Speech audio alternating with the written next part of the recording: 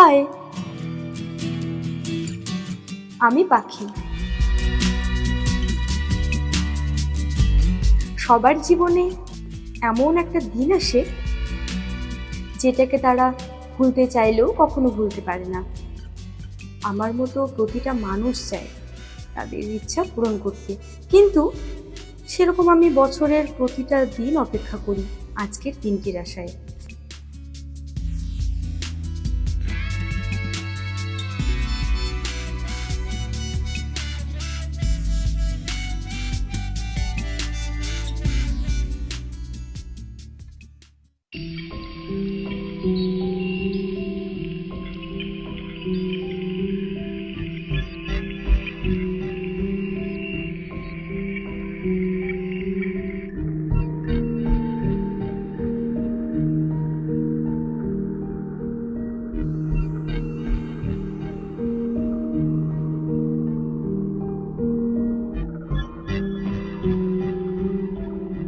কোথায় আছিস তুই?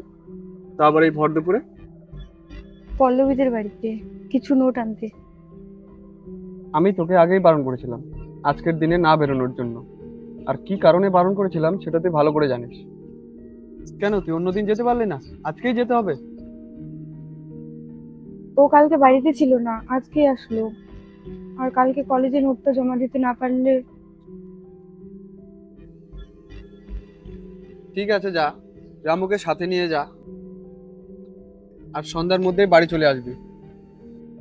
রামু, তুই পাখির সাথে যা, আর ওকে একটু চোখে চোখে রাখবি, বুঝলি? ঠিক আছে দাদাবাবু, চলুন দিদিমণি।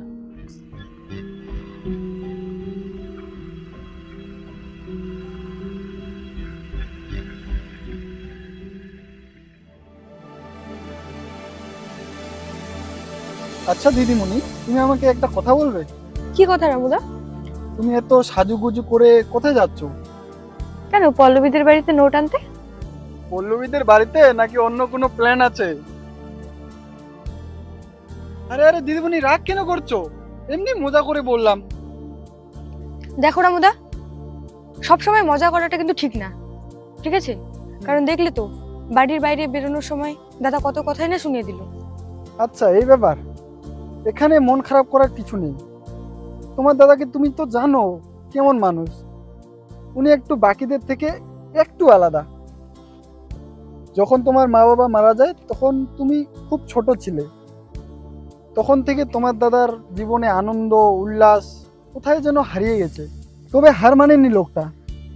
তোমাকে বড় করেছে কষ্ট করে, তারপর তোমার পড়াশোনা করাচ্ছে। একটু তো শাসন করবেই। একটা কথা মনে রাখবে দিদিমণি, শাসন তাকেই করা যায় যার প্রতি তার ভালোবাসা থাকে। এবার সত্যিকারে বলো তো, কোথায় যাচ্ছিলে? নদীর ঘাটে। কি, নদীর ঘাটে? হ্যাঁ রামুদা, সারা বছর এই দিনটার জন্যই তো অপেক্ষা করে থাকি, আর সেখানে আমাকে যেতেই হবে। তুমি আবার এখন আমাকে যেতে বারণ করো না কিন্তু। কিন্তু দাদাবাবু। কোনো কিন্তু না রামুদা, প্লিজ, আমাকে যেতে হবে। প্লিজ রামুদা, প্লিজ প্লিজ। যদি দাদাবাবু একবার জানতে পারে কি হবে? কিচ্ছু জানতে পারবেন না দাদা, আমি দাদাকে ম্যানেজ করে নেবো, যাও। ঠিক আছে, তুমি তাহলে যাও, আমি এখানেই ওয়েট করছি তোমার জন্য। থ্যাংক ইউ রামুদা, থ্যাংক ইউ সো মাচ। এটাই সেই জায়গা যেখানে আসার জন্য বছরের প্রতিটা দিন অপেক্ষায় থাকি। এখানকার সুন্দর মৃদু বাতাসে কাটানো সুন্দর মুহূর্তগুলি অনুভূত করে তোলে আমার মনকে। কতই না সুন্দর স্মৃতি জড়িয়ে আছে এই জায়গাতে। আমার ভীষণ ভয় হতো যে এত আনন্দ কপালে সইবে তো।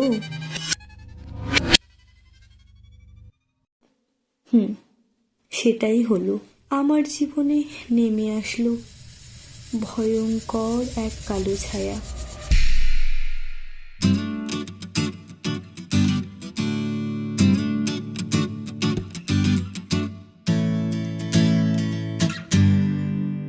কে? মাসুদ, তোমার এখন আসার সময় হলো, বসো। এই যে তোমার জন্য এসব আনতে গিয়ে তো দেরি হলো। Thank you. আচ্ছা তুমি আমাকে চিনলে কিভাবে? তোমার তো চোখগুলো বন্ধ ছিল। আরে তুমি ছাড়া আমার সাথে দুষ্টুমি করার কে আছে বলো তো? তোমার তাই? হুম হুম, হুম। হুম। আচ্ছা ওয়েট ওয়েট ওয়েট, তুমি চোখগুলো বন্ধ করো তো। কেন? বন্ধ করে না আগে। আচ্ছা ঠিক আছে। নাও, প্রতি বছরের মতো এবারও তোমাকে রাঙিয়ে দিই। এক সেকেন্ড ধরো। আমি আমার সোনা পাখিটার একটু রাঙিয়ে দিয়ে। আবার তোমার ওই সবুজ রং? 3 বছর ধরে তোমার কি অন্য কোনো রং চোখে পড়ে না নাকি? আরে ভালোবাসার কোনো রং হয় না, তুমি যে রং দিয়ে রাঙাবে তাতেই সুন্দর দেখাবে। তা যাই হোক, তুমি আর এই সবুজ রং আনবে না কিন্তু, বলে দিলাম।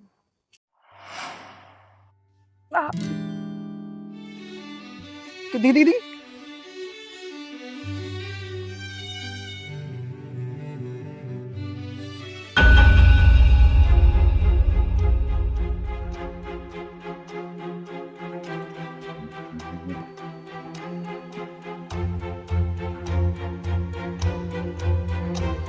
তোকে বারবার বারণ করেছিলাম এর সাথে না মিশতে, কথা কানে যায় না।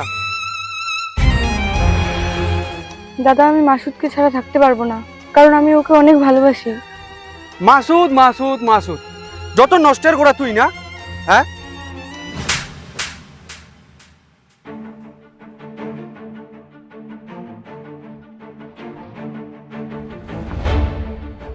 আমার বোনের সাথে প্রেম করার খুব শখ, তাই না? হুম?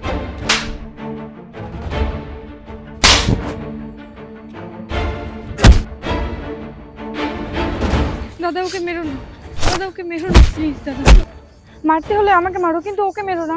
তুইও অনেক বেড়ে গেছিস।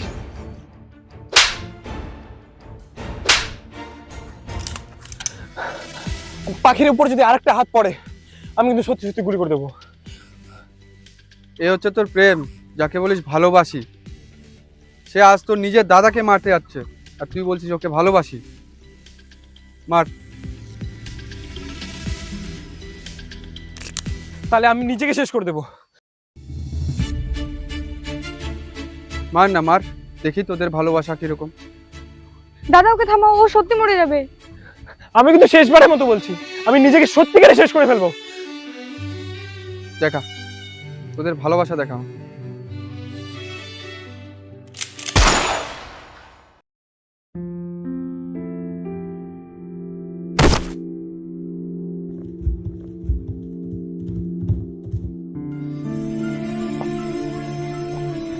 মাসুদ, মাসুদ, মাসুদ, মাসুদ!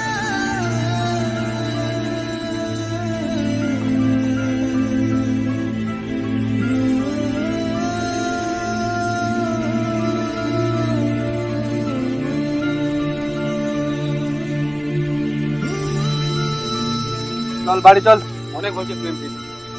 দেখ দেখছি বাড়ি গিয়ে হচ্ছে, চল।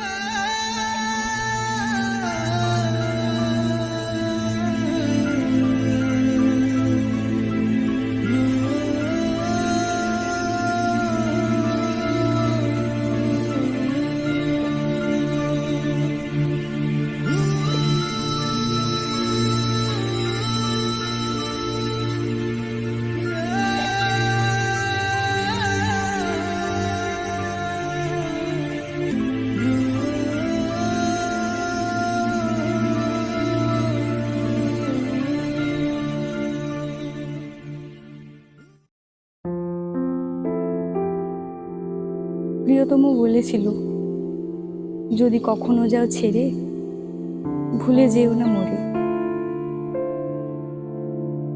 যদি কখনো আমার কথা মনে পড়ে, চলে এসো এই নদীর পাড়ে। কি হবে এসে এই নদীর পাড়ে, যদি দেখাই না পাই তারে। তুমি কি এখন কবিতাই বলে যাবে?